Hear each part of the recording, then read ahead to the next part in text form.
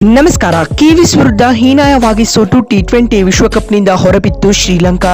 ಬಳಿಕ ಅತ್ತರು ನಾಯಕ. ನಂತರ ಭಾರತದ ಕುರಿತು ನೀಡಿದರು ಸೆಲ್ಯೂಟ್ ನೀಡುವ ಸ್ಟೇಟ್ಮೆಂಟ್. ಹಾಗಾದರೆ ಸುದ್ದಿಯ ಸಂಪೂರ್ಣ ಮಾಹಿತಿ ಏನು?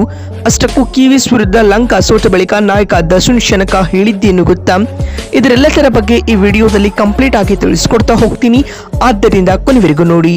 ಆದರೆ ಅದಕ್ಕಿಂತಲೂ ಮುನ್ನ ನೀವು ಕೂಡ ಟೀಮ್ ಇಂಡಿಯಾದ ಅಭಿಮಾನಿಗಳಾಗಿದ್ದರೆ ಈ ಕೂಡಲೇ ಈ ವಿಡಿಯೋಗೊಂದು ಲೈಕ್ ಮಾಡಿ ಹಾಗೂ ನಮ್ಮ ಚಾನೆಲ್ಗೊಂದು ಸಬ್ಸ್ಕ್ರೈಬ್ ಮಾಡಿ. ಹೌದು, 2026ರ ಟಿ20 ವಿಶ್ವಕಪ್ನಲ್ಲಿ ಶ್ರೀಲಂಕಾ ತಂಡದ ಪ್ರಯಾಣ ಅಂತ್ಯಗೊಂಡಿದೆ ಸ್ನೇಹಿತರೆ.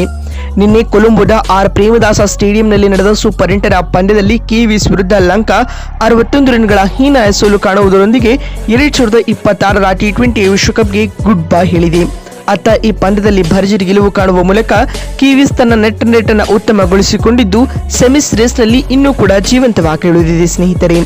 ಈ ಪಂದ್ಯದಲ್ಲಿ ಮೊದಲು ಟಾಸ್ ಸೋತು ಬ್ಯಾಟಿಂಗ್ ಮಾಡಿದ ನ್ಯೂಜಿಲೆಂಡ್ ತಂಡ 10 ಓವರ್ಗಳಲ್ಲಿ ಕಳಪೆ ಆಟವನ್ನು ನೀಡಿತ್ತು. ಇನ್ಫ್ಯಾಕ್ಟ್ 15 ಓವರ್ಗಳವರೆಗೂ ಕೂಡ ಪಂದ್ಯದಲ್ಲಿ ಲಂಕಾದ ಬೌಲರ್ಗಳು ಪರಾಕ್ರಮವನ್ನು ಮೆರೆಯುತ್ತಿದ್ರು.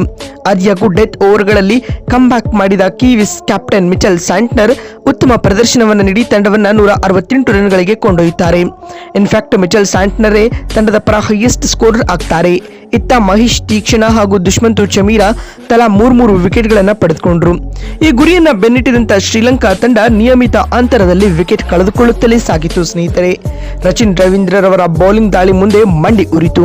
ಪರಿಣಾಮವಾಗಿ 20 ಓವರ್ಗಳಲ್ಲಿ ಲಂಕಾ ಕೇವಲ 107 ರನ್ ಬಾರಿಸಲಷ್ಟೇ ಶಕ್ತವಾಯಿತು. ಕಮಿಂದು ಮೆಂಡಿಸ್ 31 ರನ್ ಬಾರಿಸಿದ್ದು ಬಿಟ್ಟರೆ ತಂಡದ ಉಳಿದ್ಯಾವ ಆಟಗಾರ ಕೂಡ 30 ರನ್ಗಳ ಗಡಿ ದಾಟಿರಲೇ ಇಲ್ಲ ಸ್ನೇಹಿತರೆ. ಇತ್ತ ರಚಿನ್ ರವೀಂದ್ರ 4 ಹಾಗೂ ಮ್ಯಾಟ್ ಹೆನ್ರಿ 2 ವಿಕೆಟ್ ಪಡೆದು ಮಿಂಚಿದರು. ಇದರೊಂದಿಗೆ ಕಿವೀಸ್ ಈ ಪಂದ್ಯದಲ್ಲಿ 61 ರನ್ಗಳ ಭರ್ಜರಿ ಗೆಲುವು ದಾಖಲಿಸಿತು. ಈ ಸೋಲಿನೊಂದಿಗೆ ಲಂಕಾ ಇದೀಗ ಟಿ20 ವಿಶ್ವಕಪ್ನ ಸೆಮಿಸ್ ರೇಸ್ನಿಂದ ಹೊರಬಿದ್ದಿದೆ. ಇನ್ನು ಪಂದ್ಯ ಸೋತ ಬಳಿಕ ಮಾತನಾಡಿದ ಲಂಕಾ ನಾಯಕ ದಶುನ್ ಶನಕ ನಿರಾಸೆಗೊಂಡು ಈ ರೀತಿಯಾಗಿ ಹೇಳಿದ್ದಾರೆ. ಇದು ತುಂಬಾ ಅನ್ಫಾರ್ಚುನೇಟ್ ಹಾಗೂ ಇದು ಪಾರ್ಟ್ ಆಫ್ ದಿ ಗೇಮ್ ಎಂದು ನಾವು ಒಪ್ಪಿಕೊಳ್ಳಬೇಕು. ನಮ್ಮನ್ನು ಬೆಂಬಲಿಸಲು ಬಂದಿದ್ದ ಸ್ಥಳೀಯ ಅಭಿಮಾನಿಗಳಿಗೆ ನಿರಾಸೆ ಮಾಡಿರುವುದು ನಿಜಕ್ಕೂ ಮುಜುಗರದ ಸಂಗತಿ ಆಗಿದೆ. ಅವರು ನಮಗೆ ಅದ್ಭುತವಾಗಿ ಬೆಂಬಲವನ್ನ ನೀಡಿದರು, ಆದರೆ ಅವರನ್ನ ಸಂತೋಷಪಡಿಸಲು ನಮ್ಮಿಂದ ಆಗಿಲ್ಲ. ಹೀಗಾಗಿ ಕ್ಷಮೆಗಳನ್ನ ಕೇಳುತ್ತೇನೆ ಎಂದು ದಶುನ್ ಶನಕ ಹೇಳಿದ್ದಾರೆ.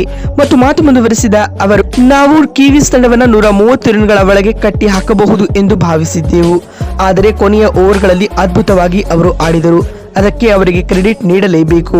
169 ರನ್ಗಳ ಗುರಿಯನ್ನು ಬೆನ್ನಟ್ಟುವಾಗ ನಮ್ಮ ಬ್ಯಾಟಿಂಗ್ ಕ್ರಮಾಂಕ ಕುಸಿಯಿತು. ಪಂದ್ಯದ ಆರಂಭದಲ್ಲೇ ವಿಕೆಟ್ ಕಳೆದುಕೊಂಡಿದ್ದು ನಮಗೆ ದೊಡ್ಡ ಹೊಡೆತ ನೀಡಿತು. ನಾವು ಕನಿಷ್ಠ ಹೋರಾಟವನ್ನು ನೀಡಲು ಕೂಡ ಸಾಧ್ಯವಾಗಿಲ್ಲ. ಇದು ಬೇಸರವಾಗುತ್ತಿದೆ ಮತ್ತು ತಪ್ಪುಗಳಿಂದ ಕಲಿಯಬೇಕಾಗಿದೆ ಎಂದು ದಶುನ್ ಶನಕ ಹೇಳಿದ್ದಾರೆ.